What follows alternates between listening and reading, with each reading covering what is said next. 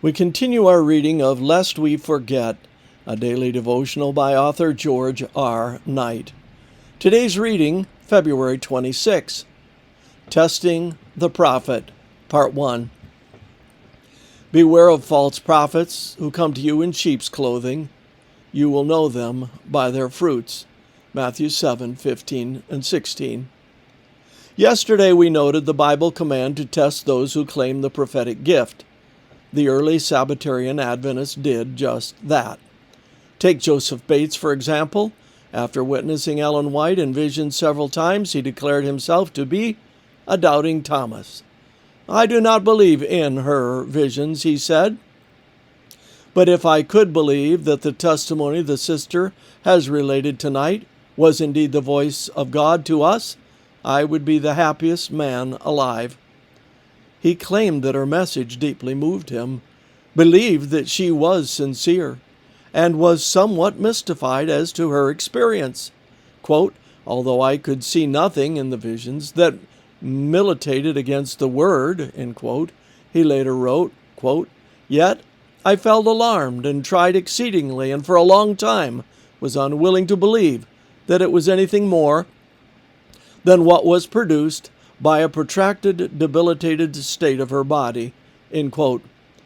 But even though he had his doubts, he did not just tune her out.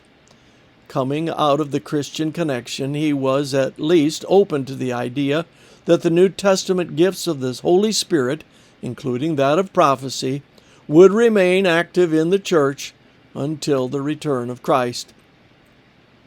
As a result, Bates decided to investigate what Ellen believed to be a divine gift of prophecy. Quote, I, therefore, he penned, sought opportunities in presence of others when her mind seemed freed from excitement out of meeting to question and cross-question her and her friends, which accompanied her, especially her elder sister, to get, if possible, at the truth.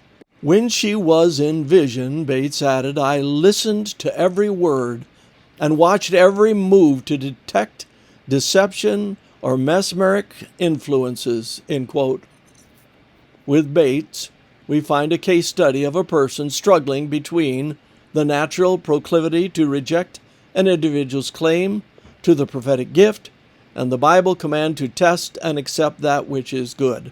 1 Thessalonians 5:19-21.